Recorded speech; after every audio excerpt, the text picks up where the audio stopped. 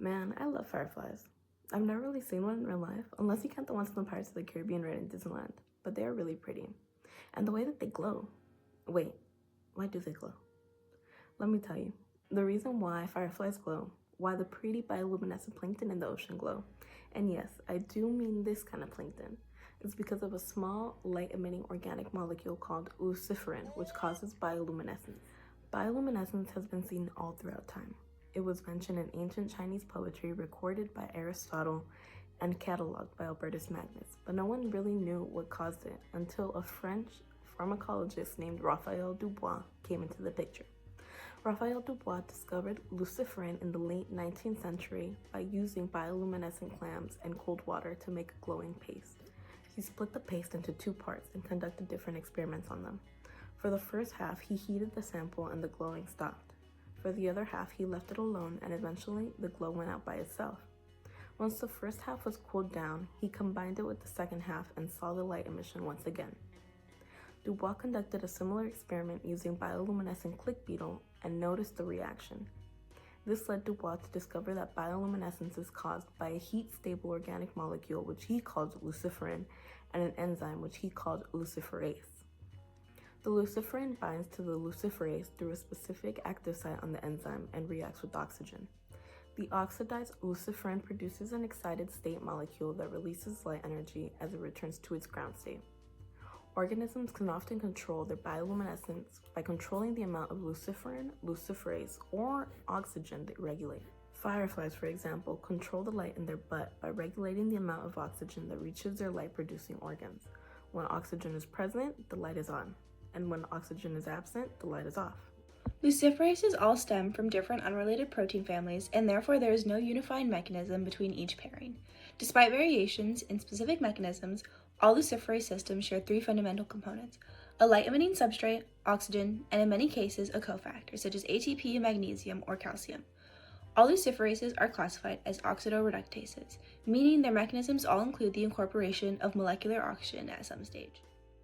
The most general luciferase reaction can be described as where the reaction between luciferin substrate and molecular oxygen is catalyzed by the luciferase enzyme forming an oxoluciferin and release light in the form of an emitted proton.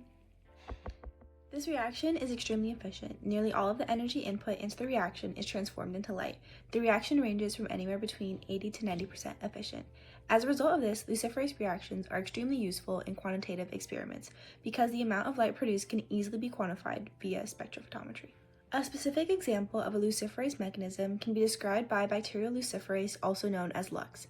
This type of luciferase is encoded by the LUX CDABE operon. This operon encodes for both the luciferase enzyme as well as the substrate in the reaction. In this reaction, the luciferase catalyzes the oxidation of a mononucleotide using molecular oxygen to form an intermediate peroxide. This intermediate is highly unstable and then reacts with an aldehyde, which is produced by the protein products of LUX CDE. This reaction results in the release of a photon, which is what produces the light. There are over 30 known bioluminescent systems. The different luciferin-luciferase pairs have different light emission wavelengths and are therefore suitable for various applications. Let's take a look at some examples of the most common enzyme-substrate pairings. Probably the most well-known pairing is firefly luciferase, also known as FLuc. This enzyme reacts with a substrate known as D-luciferin, and as you can probably guess, is sourced from fireflies. The reaction produces a yellow-green emission at around 550 nanometers and is widely used for in vivo imaging, gene expression tracking, and drug screening due to its requirement for ATP and oxygen. Another common pairing is Ranella luciferase, sourced from a sea pansy, which reacts with coalanterazine. It is ATP independent but reacts with oxygen and emits a blue light. It is useful for bioluminescence, resonance energy transfer, and quantification of protein-protein interaction. Nanoluc-luciferase, or nanoluc, is a unique enzyme due to the fact that it is not naturally sourced, but is instead engineered by scientists. It is small, ATP-independent, and extremely bright and stable. It is ideal for use in high-sensitivity imaging, protein interaction studies, and diagnostics. Apologies for the bad mic quality jump scare, but bear with me. So now that you have a broad knowledge of different luciferin-luciferase pairs, we're now going to talk about applications. When it comes to luciferase, it seems we're far from running out of ways to use it. Today, the bioluminescence reaction is most routinely used for gene assays, the detection of protein-protein interactions, throughput screening and drug discovery, and in vivo imaging in small mammals, which we'll talk more about shortly, but more broadly, you'll also see applications in things like hygiene control, mapping pollution, preservation of artwork, disease therapy, and sensing of a lot of things, such as ATP, pH, metal ions, reactive oxygen species, enzymes, drug molecules, and membranes. For the sake of time, I'll only go into a few of these because I know the brainworms are rapidly manifesting and eating away your attention span. Anyways, luciferase mostly works in gene assays by helping to determine if proteins are able to express or repress a gene of interest. So you'll have a scientist that creates a construct by fusing a regulatory gene region of interest on a target gene with the DNA coding sequence for luciferase. Then the scientist can run through any conditions that might impact the transcription of that target gene. But in a specific scenario, you might have a scientist creating another DNA construct that encodes for a protein that is hypothesized to impact transcription.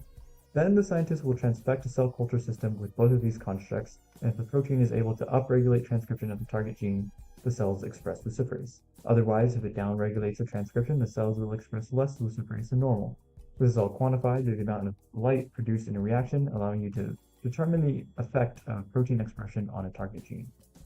You can also check for the way proteins interact by taking proteins of interest and creating conditions such that luciferase can only be expressed by combining those proteins. Essentially, if you have a hunch that these proteins in a cell are interacting or you want to see if they interact, you'll want to try to split up luciferase and bind parts of the luciferase to that protein. And then if those proteins do in fact interact and come together, you'll see the expression of luciferase. And that'll help you see what proteins interact in a cell. Another big application is high throughput screening using luciferase, which is really complicated, but basically it helps with processes such as drug discovery.